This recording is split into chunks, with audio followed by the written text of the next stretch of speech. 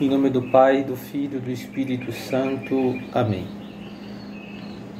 Ave Maria, cheia de graça, o Senhor é convosco. Bendita sois vós entre as mulheres. Bendito é o fruto do vosso ventre, Jesus. Santa Maria, Mãe de Deus, rogai por nós, pecadores, agora e na hora de nossa morte. Amém. Em nome do Pai, do Filho e do Espírito Santo. Amém. Muito bem, meus queridos irmãos e irmãs, nesse dia 17 de setembro, nós celebramos, junto com a família franciscana, os santos estigmas de São Francisco de Assis. Ele foi o primeiro santo na história da Igreja a receber as sagradas marcas nos pés, nas mãos e no seu lado. Essa data é celebrada dentro da chamada Quaresma de São Miguel Arcanjo. A Quaresma de São Miguel foi feita pelo seráfico pai Francisco quando subiu ao chamado Monte Alverne. Monte Alverne é uma montanha belíssima na região de Perúdia, na Itália, e que tem uma visão extraordinária. E São Francisco gostava muito, tal como Jesus, de subir no alto da montanha para rezar. Mas isso tem um porquê, que o Cristo e os santos querem ir para os lugares desertos para buscar a oração.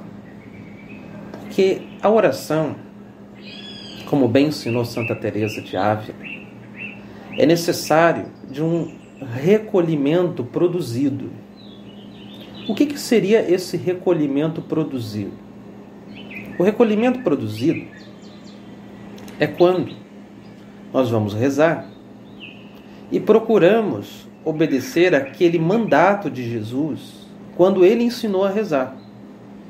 Então, Cristo, quando ensinou a rezar o Pai Nosso, não sei se todos estão lembrados, mas teve uma recomendação que Jesus ele ofereceu para os apóstolos, além da fórmula de oração ensinada.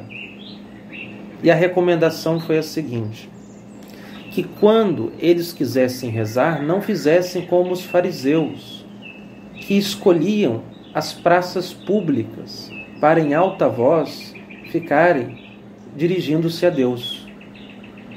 Porque, obviamente, uma praça onde tem um monte de gente que anda para cá e para lá, não seria o lugar mais indicado para que nós pudéssemos achar a Deus. Porque, obviamente, é um lugar disperso. E o nosso imaginário, a qualquer coisa que passa do lado de fora dos sentidos, ele já se move pelo movimento das paixões. Então, seria muito difícil concentrarmos na oração se ficarmos num lugar como este. E Jesus chegava à conclusão de que os fariseus faziam uma coisa desta não para encontrar a Deus, mas para serem vistos, para que as pessoas pudessem dizer que eles eram muito piedosos. E aí o Cristo disse: não façam isso. E aí ele dá uma norma para ensinar-nos a oração. E aí o que disse Jesus? Jesus ensinou que quando quiséssemos rezar, devíamos ir para o nosso quarto, fechar as portas e falar ao Pai, que escuta no silêncio de nossos corações. Então Jesus, ele ensina a oração, não apenas aquela que deveríamos fazer com a nossa voz, que é o Pai Nosso. Ele ensina, inclusive, como fazê-la de modo concreto em posturas, a postura do próprio corpo. O Cristo está dizendo que é necessário a gente se recolher quando reza, quando nós vamos rezar. Porque sem o recolhimento, a oração ela vai ser apenas um som reproduzido pela nossa garganta e não aquilo que de fato é oração. E o que seria a oração? A oração, ela é o diálogo com Deus. É quando nós falamos com Deus. E quando nós falamos com alguém, e amamos a esta pessoa que falamos, nós temos que falar dando atenção a ela, ou seja, movendo a nossa inteligência e querendo falar com ela, o desejo e a vontade. Então acontece às vezes que quando a gente fala com alguém, a gente fala da boca para fora, sem muita vontade de falar. E aí a gente fala muito rápido. Olha, tem um recado para dar a você. E aí a gente já dá o recado. A oração, ela não pode ser esse recado. O recadinho que você tem que dar para Deus, mas você que está com muita pressa. E ele tem que só te escutar, é só um minutinho. Não, a oração não pode ser isso. A oração é um diálogo amoroso. Nenhuma menina vai querer namorar um rapaz quando ele chega para fazer a proposta e fala para ela: olha, você vem cá, vem aqui porque eu estou com muita pressa, mas eu tenho que dizer uma coisa para você, eu estou apaixonado. Agora, depois a gente se vê e me dá a resposta depois. Não é assim que funciona, não é verdade? Porque isso seria um ato de desprezo a quem nós queremos, né, valorizar amando. Portanto, a oração, ela vai ter que ter a atenção, a inteligência, e ela vai ter que ter o querer e a vontade. O desejo de encontrar a Deus, que nós estamos cavando com o nosso intelecto. E aí, Jesus, quando os discípulos foram atrás dele e disseram: olha, a gente percebeu que João Batista, que é o mestre da vida de oração, ele vivia no deserto, ele vivia falando com Deus, os anjos apareciam para ele lá no deserto, ele lutava com os demônios. Então João Batista tinha uma grande experiência de vida mística, ascética. E aí os apóstolos disseram: Jesus, os discípulos de João aprenderam a rezar e nós não sabemos rezar, ensina-nos a rezar. E aí Jesus falou: muito bem, então quando vocês rezarem, rezai assim: Pai nosso que estás no céu, santificado seja o vosso nome. E aí fez a oração. Quando ele entregou essa oração para os apóstolos, e ela foi memorizada por eles mesmos, foi meditada, e sem dúvida eles foram treinando depois que Jesus ensinou, eles não esqueceram, porque eles foram praticando a oração. E aí eles foram meditando naquilo que a oração dizia, porque foi Jesus que fez aquela oração, né? Então, na medida que nós vamos rezando e falando aquelas palavras, nós vamos ir descobrindo, né, a vontade de Deus, o que se passa dentro de Deus, né? Então, os apóstolos ficavam, sem dúvida, né, rezando com muita meditação. E aí, o que o padre quer explicar com isso aqui? Eu quero explicar o seguinte: que essa fórmula de oração, como o Pai Nosso, como é o caso da Santa Missa, a missa é uma fórmula de oração. Como os salmos também são uma fórmula de oração. Essas fórmulas de orações, elas não são mágicas. Isso significa o quê? Não é como aqueles contos que nós líamos, ouvíamos em filmes, que as pessoas pronunciavam aquelas determinadas palavras e de repente a mágica acontecia. Não é assim que acontece na vida espiritual. A oração, para que nós possamos experimentar o seu poder, que nada mais é a ação do Espírito Santo dentro da alma, para que nós possamos experimentar essa força divina, será necessário que as duas faculdades da alma estejam envolvidas e buscando o próprio Deus que reside dentro de nós. E as duas faculdades da alma se chamam inteligência e vontade. E aí o que acontece? Acontece que para que a nossa inteligência faça aquele movimento que nós chamamos de meditação, quando nós movemos o nosso imaginário, que é uma faculdade sensível do nosso cérebro, atrás daquelas verdades profundas que brilham na inteligência, que é uma faculdade da alma, nós, quando lemos aquelas palavras, quando você vai estudar, você lê aquelas palavras, você move o seu imaginário de uma maneira simbólica, aonde, pelo símbolo, nós enxergamos a forma substancial da coisa, traduzindo isso que o padre está dizendo. Quando nós lemos o Pai Nosso é um símbolo de algo muito mais profundo do que nós lemos na própria oração.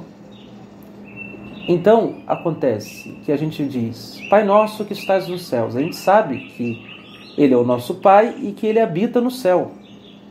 É isso que a frase ela está dizendo para nós. Mas a meditação, nós vamos buscar algo mais que isso. Aí aí entra a nossa faculdade sensível, que é o imaginário. E aí nós não somos anjos. Os anjos, eles enxergam a Deus com uma inteligência pura. Agora, a nossa inteligência, ela é uma inteligência composta de imaginação e intelecto. E aí a gente vai precisar do símbolo para chegar ao que é a realidade. Assim é feita a inteligência humana. Então a oração é um ato da inteligência. E se a oração é um ato da inteligência, você vai lá e quando você lê o Pai Nosso, que estás nos céus, nós vamos tentar fazer o que o São Francisco de Assis fazia no alto do Monte Alverne. São Francisco, quando rezava o Pai Nosso, dizem que ele durava a oração, às vezes uma semana, porque ele meditava aquela oração. Aquela frase durava um tempo enorme. E o que fazia São Francisco quando estava rezando isso aí? E a gente vai ver como que o Cristo pensou a oração. Ele quando dizia assim, Pai Nosso que estás nos céus, a primeira coisa é que ele pensava, nossa, eu estou chamando a Deus de Pai. Mas Deus só tem um filho, e a gente reza isso no credo, Jesus, o seu único filho. Ora, se Jesus é seu único filho, o único que tinha direito de chamar a Deus de Pai era Jesus. Aí, São Francisco entrava no mistério profundíssimo do que ele estava falando. E qual era esse? O mistério profundíssimo era que Jesus estava nele. Essa seria a única razão que agora nós, criaturas, podemos chamar a Deus de Pai. E aí, quem está acostumado a meditar nas Sagradas Escrituras, logo vai se lembrar daquela palavra de São Paulo, quando ele diz, agora podemos chamar a Deus de Abba, Pai. E por quê?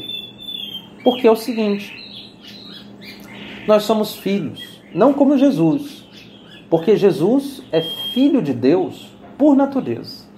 Como diz o credo niceno, Deus de Deus, luz da luz, Deus verdadeiro de Deus verdadeiro, consubstancial ao Pai. Ou seja, ele tem a mesma substância que o Pai, a natureza divina. Ele é Deus tal como o Pai é Deus. Agora, nós somos filhos não por natureza. Nós somos filhos por adoção. Deus nos adotou por meio de Jesus. Então, como somos filhos adotivos, e é Cristo que habita em nós pelo sacramento do batismo, nós podemos dizer Deus como Pai, porque, na verdade, quem está rezando em nós é o próprio Filho. Então, na hora que nós falamos Pai Nosso que estás nos céus, quem é que está dizendo isso para o Pai é Jesus, se nós estivermos em estado de graça. É Jesus que está chamando o Pai. E o Pai escuta as nossas orações como escutou a oração do seu Filho. Agora, isso é uma meditação do que nós estamos fazendo, de uma frase do Pai Nosso. E podem ter tantas outras meditações. E os santos, enquanto eles rezavam, o imaginário deles ficavam produzindo estas verdades que ele consegue ver na revelação externa, aquela revelação que Cristo entregou para nós por meio da igreja, o Evangelho e a tradição, tudo que nos ensinaram desta maneira. Aí o padre quer dizer o quê com isso tudo? Aquilo que eu estava falando, que era do recolhimento produzido. É óbvio que no meio da praça, como disse Jesus, que tem gente vendendo coisas, crianças brincando, a gente não vai conseguir mover o imaginário para ver coisas tão profundas na inteligência que foi iluminada pela fé. E aí, a qualidade da oração ela vai cair bastante, porque a gente vai rezar mais com a garganta do que com a inteligência e com um coração que concorda com aquilo que a inteligência vê em Cristo e em Deus. Portanto, a oração deveria ser o desejo de que a gente gostaria de fato de encontrar a Deus. Por mais que quando a gente reze, nós não temos tanta consciência disso. Nós vamos rezar por causa do dever, da lei. Que na verdade eu não posso deixar de rezar. Bom, isso aí já é uma coisa boa, porque tem gente que nem reza. Mas agora, nós não podemos transformar a oração apenas numa regra ou numa lei, porque Deus não quer ter empregados, como nós vimos na parábola do filho pródigo. Deus quer relacionar-se conosco como a filhos, e filho, ele quer se deleitar da presença do papai. E o pai, para estimular a amizade com os filhos, ele põe um banquete na mesa, ele mata o cordeiro, ele faz uma festa, eles caminham juntos no meio do campo. E isso tudo acontece na vida de oração. Deus, ele nos oferece um banquete quando nós rezamos. Deus quer caminhar junto conosco nos jardins que tem nas nossas almas e também nos pântanos, né? Nos lugares que não são tão bons na nossa vida interior. E a gente vai na oração fazendo essa jornada, né? Essa caminhada interior ao lado do próprio Cristo. E Cristo vai conosco. E assim, quando nós encontramos coisas ruins, Ele, que é Deus e é rico, e nós somos o pobre filho, que era pródigo, nós pedimos ao Pai: veja bem, papai, esta parte do nosso terreno não está tão boa, e nós vamos precisar mexer nessa terra e tirar todos os espinhos que cresceram aqui por negligência minha mesmo. Porque ao invés de eu estar como o filho mais velho trabalhando na sua casa, eu resolvi entrar no mundo e viver dos prazeres. E se o terreno está assim, é porque eu não estive aqui. Agora eu voltei, agora eu me converti. Por favor, que o Senhor me ajude a consertar esta parte do terreno, que é do Senhor, mas também é minha herança. E aí é esse diálogo que nós vamos fazendo na oração. E aí na oração Deus vai fazendo com que o jardim de novo floresça. Aquele jardim do paraíso que outrora tínhamos perdido no pecado original. Mas é preciso recolher-se. E São Francisco de Assis, ele fez. E ele fazia muito bem isso. E a maneira dele fazer na região de Francisco eram as montanhas. E haviam muitas montanhas bonitas ao redor de Assis. E lá no Monte Alverne era um lugar muito bonito. E tinham como que pequenas cavernas, aonde que Francisco ficava abrigado. E aí ele ia junto com o Frei Leão. Aí quando chegava lá, ele dizia para o Frei Leão: Frei Leão, você vai ficar embaixo. Eu não quero ninguém lá comigo, eu quero me sentir a sós, que não esteja ninguém, só eu e Deus. E aí quando Francisco ia subindo, ele gritava: Frei Leão. E aí o Frei Leão: eu estou te ouvindo. E aí ele subia mais um pouquinho. Quando Francisco gritava e o Frei Leão não ouvia, Francisco já sabia que ele estava a sós. Para que a gente entenda como que esses santos, eles levaram a sério o que Jesus estava falando: trancar-se no quarto a sós. É estar só nós e Deus, lá dentro. E Francisco fez isso durante a quaresma de São Miguel Arcanjo. E ele foi para lá para fazer esse movimento na oração, de querer ter todo o tempo do mundo para falar com Deus. E meditar, e pensar em Deus, e mover o seu imaginário. E aí assim ele foi fazendo. Aí o que aconteceu foi o seguinte, né? Que o Frei Leão, com toda certeza, eu acho que nós faríamos a mesma coisa que ele fez, se a gente estivesse lá. Ele ia lá, dava uma subidinha para dar uma espiada de como Francisco estava rezando. Era igual os discípulos no Monte Tabor. estavam dormindo, estavam lá embaixo, né? E de repente eles foram espiar o que Jesus estava fazendo lá. E quando eles chegaram, ele estava lá conversando com Moisés e Elias. O Frei Leão, ele, às vezes em quando, muito escondido, ele ia lá ver. Porque o Francisco, quando subia lá, ele não levava um pedaço de pão sequer. Ele ficava 40 dias sem comer, ele só ficava rezando. E o Frei Leão falava, vai que Francisco morra, não é verdade? Então tem que olhar se ele está bem. E o Frei Leão ia.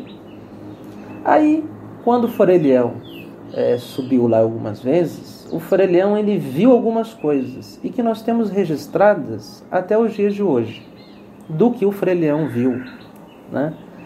E aí teve umas experiências místicas de São Francisco nessa quaresma de São Miguel, que era o seguinte: o Cristo apareceu para ele como um serafim, com várias asas. E aí ele teve um êxtase. São Francisco ele perdeu lá o seu controle do seu imaginário, seus sentidos. E aí de repente ele viu o Cristo. E aí o Cristo das chagas de Jesus, né, entraram fogo nas mãos de Francisco, nos pés e no lado de São Francisco. E assim ele foi marcado com um sinal nas suas mãos e nos pés. E aí ele começou a participar das dores de Nosso Senhor, porque aquilo ali era uma dor terrível, né? Então você já pode imaginar que aquilo ali era uma dor muito intensa, mas que no dizer dos santos era uma dor intensa que gerava um deleite que era impressionante, era um deleite incrível, era um amor por Deus que era de impressionar. No começo, quando São Francisco desceu lá da montanha, ele começou a esconder as chagas que ele recebeu. Mas isso não foi muito possível com o passar do tempo, porque ele deixava sangue para cá, sangue para lá. E daqui a pouco eles viram que o Francisco estava com as feridas nos pés, nas mãos, e daqui a pouco os franciscanos todos estavam sabendo que São Francisco havia sido marcado pelo próprio crucificado. Agora, até chegar a esse estágio místico de que Francisco chegou, ao ponto que ele foi crucificado, ele teve de passar por esse recolhimento ativo, que o padre esqueceu de falar. Eu vou falar agora. Recolhimento ativo é fechar-se dentro do quarto, como Jesus mandou. É subir na montanha. É aquele recolhimento que nós fazemos. E nós estamos lá tentando achar a presença de Deus dentro de nós. A gente vai para um lugar isolado, a gente reza, a gente vai na hora que ninguém vai dentro da capela do Santíssimo, que está sozinha. Aí você fica lá, a sós com Jesus. E aí você tenta produzir a meditação dentro do seu imaginário.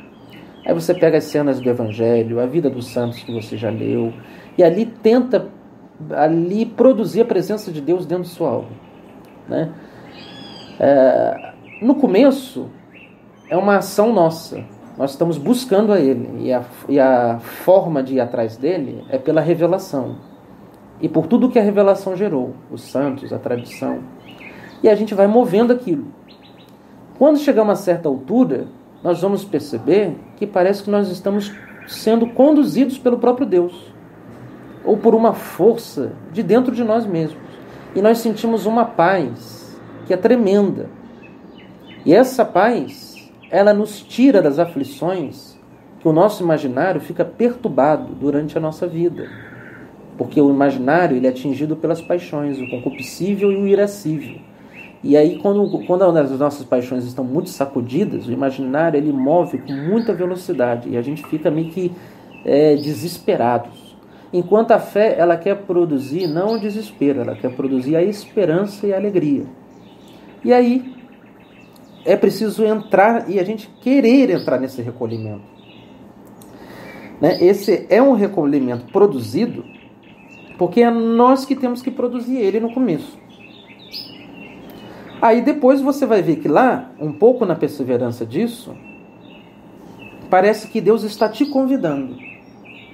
E aí que se chama o recolhimento ativo, que Santa Teresa chamava, que é quando a atividade vem de Deus. É Deus convidando a alma a ficar a sós dentro dele mesmo.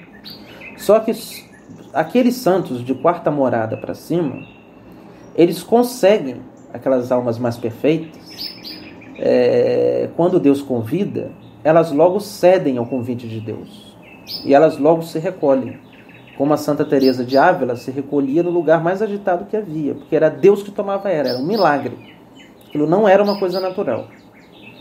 E ela ficava, ela não ouvia nada, ela não via nada. Então, ou seja, era um êxtase. Aquilo ali era a própria presença de Deus dentro da alma humana. Como aconteceu com São Francisco no alto do Monte Alverne no dia de hoje, em que ele havia recebido, inclusive, as chagas do próprio Cristo na sua carne. E essas chagas de que Francisco recebeu é a prova que esse recolhimento que é produzido por Deus dentro da alma não é uma fantasia do imaginário, porque quando nós estamos começando a meditar, nós acreditamos que o que a gente está fazendo, aquilo ali é uma coisa de criança, uma coisa infantil. E é só imaginação. Mas aquilo não é só imaginação nem fantasia. Porque os santos depois provam para nós que, mesmo que o imaginário deles estivesse sendo movido na meditação e na contemplação, como uma visão que os santos têm, aquilo, por mais que venha da fé que ilumina a inteligência, mas eles veem aquilo dentro do seu imaginário, de uma maneira simbólica. E aí acontece o quê? Acontece que a prova do que eles estão vendo dentro do imaginário não é uma fantasia, é que na vida concreta desses santos, eles tinham virtudes que nenhum ser humano conseguia ter. Eram qualidades do próprio Deus que começava a habitar na alma deles. Uma humildade que ninguém conseguia imitar. Então, a caridade, ela produzia a própria vida de Deus na humanidade daqueles homens e daquelas mulheres. Porque esse foi o objetivo da encarnação. Ele se fez carne para trazer à carne aquela felicidade eterna em que os anjos experimentam lá no paraíso. Aí, é isso. O São Francisco, ele meditou, e aí de repente, quando ele olhou, ele viu aquela cena, o Cristo crucificado, e das mãos e pés entrava um fogo nas suas próprias mãos. De repente ele desmaiou. E aí quando ele acorda, o Francisco, ele teria talvez imaginado que ele estava sonhando, que aquilo foi um sonho. Meu Deus, mas que sonho que eu tive, não? Mas aí, de repente, ele sentia o quê? As dores nas mãos e nos pés. E aí ele via que aquilo não era apenas um sonho, que aquilo não era apenas a imaginação. E ele via que aquilo era coisa concreta. E aquilo estava sangrando. E as chagas de Francisco demonstram que essa contemplação produzida por Deus dentro de nós, ela é concreta. E ela é um milagre divino. Ela é real.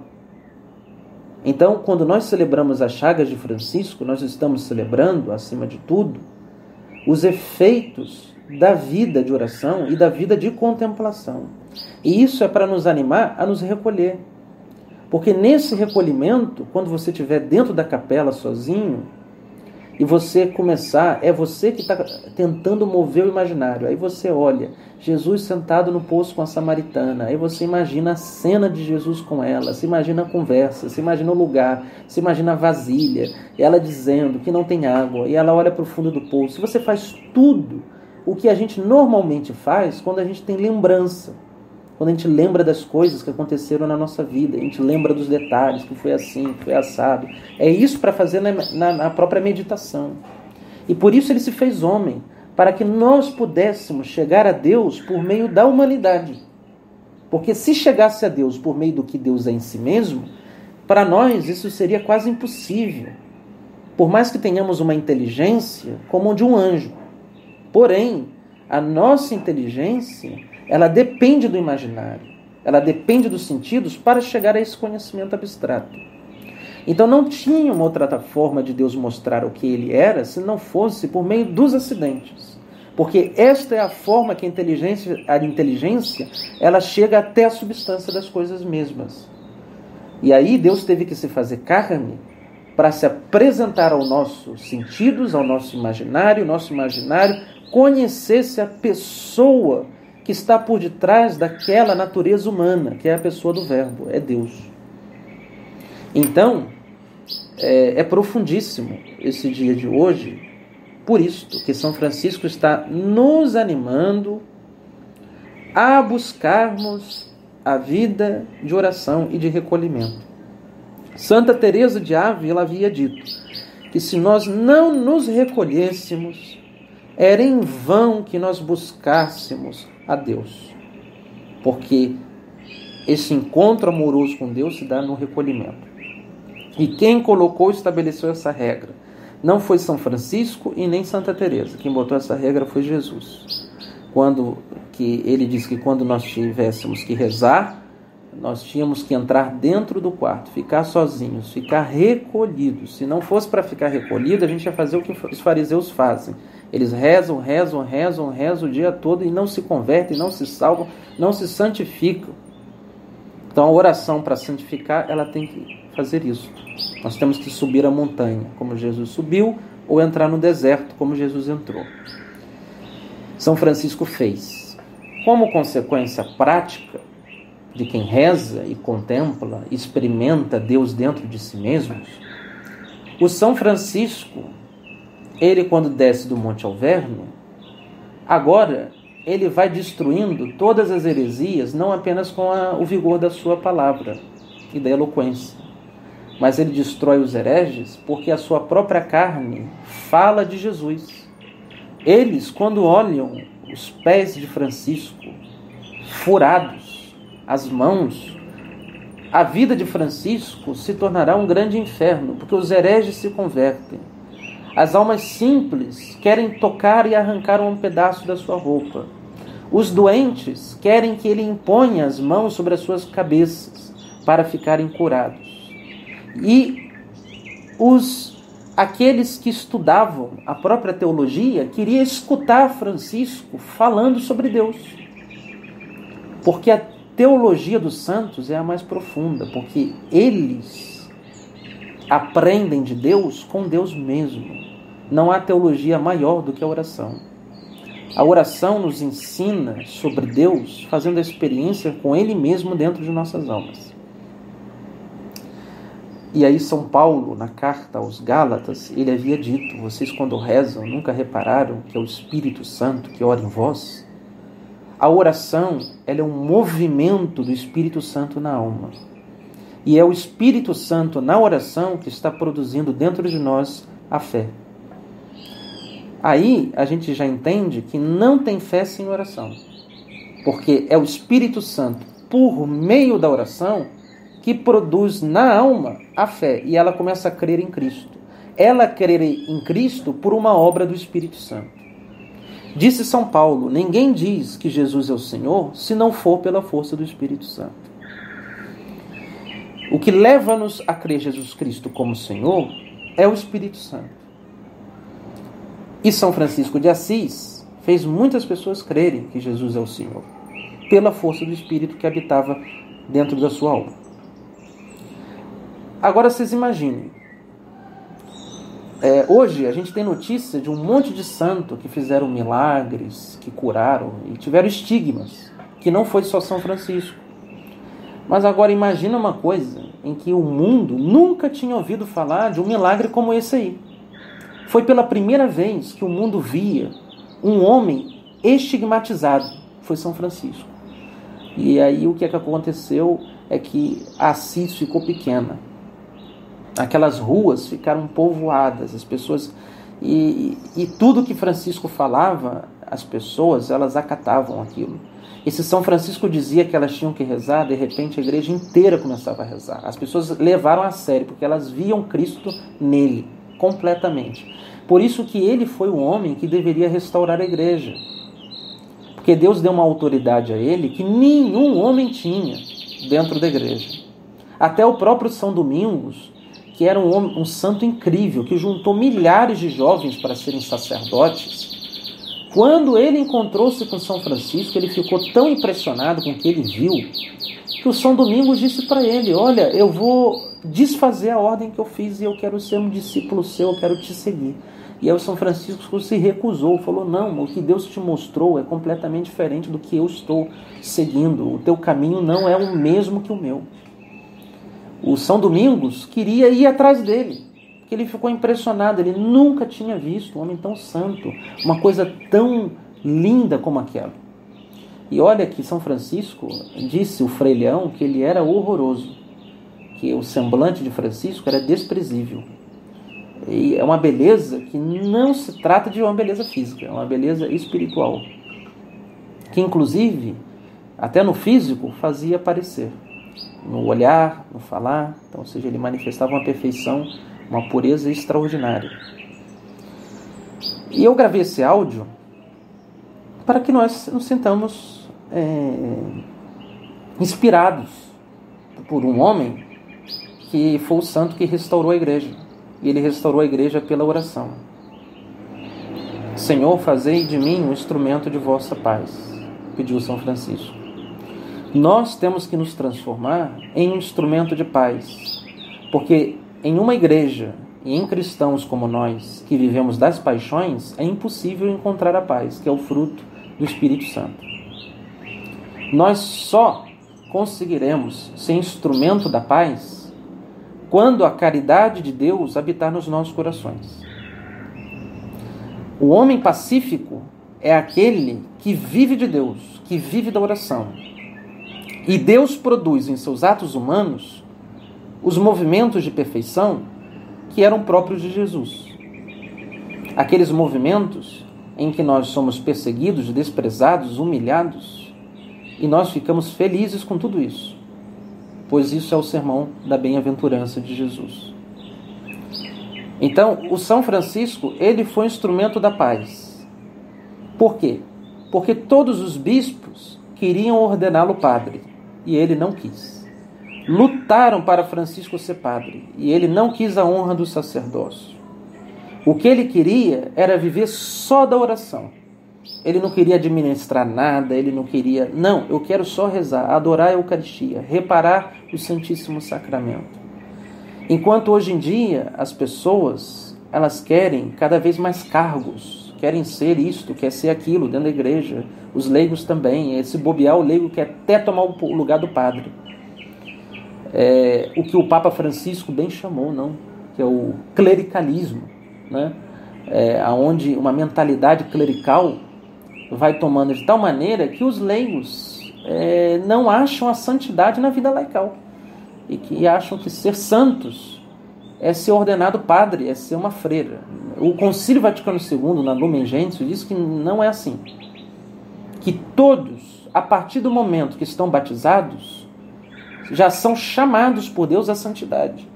Porque a graça santificante, ela foi introduzida em todas as almas no batismo. Então, é uma graça batismal que foi nos dada, a santidade. Perdão. Então, que nós consigamos enxergar como São Francisco, que a gente não fique achando que nós somos menores do que o padre, do que a freira, e por isso nós não somos santos. Não, o São Francisco, ele não foi padre, e ele foi mais santo, inclusive, do que o Papa da sua época. Então, a santidade é o nosso objetivo e é a nossa real vocação. E que a gente pare, o nosso imaginário, ele pare com esses desejos passionais de querermos crescer mais do que o outro, de querermos as honras desse mundo, os prazeres, não? E a gente se recolha, a gente viva da oração, a gente viva não das vaidades, não daquilo que as pessoas olham para nós e dizem, você é muito bom, você, os louvores que elas nos oferecem. Vivamos para Deus, né? Nos recolhamos, subamos a montanha, e aí, sem dúvida, depois, na tua vida ordinária, na tua vida prática, não vão demorar para aparecer os sinais do Senhor. Nós sabemos o que Deus tem para nós. Nem todos os santos levaram sinais visíveis, mas o sinal visível, todos os santos levaram, que é a caridade. A caridade é um sinal tão visível quanto as chagas que São Francisco levava em suas mãos e em seus pés. Estejamos certos disso. E é por isso que hoje celebramos os Santas Chagas de Francisco, porque nós devemos levar a caridade como as marcas de Cristo na nossa própria carne. Que os nossos pés estejam crucificados, que nossos pés possam andar somente aonde Deus quer que nós possamos nos dirigir. Que as nossas mãos, quando trabalhamos, todo o nosso trabalho seja para a redenção e a salvação das almas. E que o nosso peito ele esteja transpassado por uma lança de amor, aonde o nosso coração ele esteja aberto. Porque de tanto amar, o nosso coração teve que jorrar o amor como uma fonte, como Jesus na cruz. Então é uma fonte que jorra para amar a Deus e para amar o próximo. E que todas as pessoas, quando vierem na nossa presença, encontrem como encontrava em Francisco, um coração aberto. Tinha espaço para todos, era generoso com todos, se gastou por causa de todos e quis dar a Cristo para todos. Que hoje, por intercessão de São Francisco, Deus abra os nossos corações, como abriu por uma lança de fogo o coração de Francisco, que foi transpassado. Que este dia seja para nós um dia de grande graça, que São Francisco de Assis interceda por cada um de nós. Em nome do Pai, do Filho e do Espírito Santo. Amém.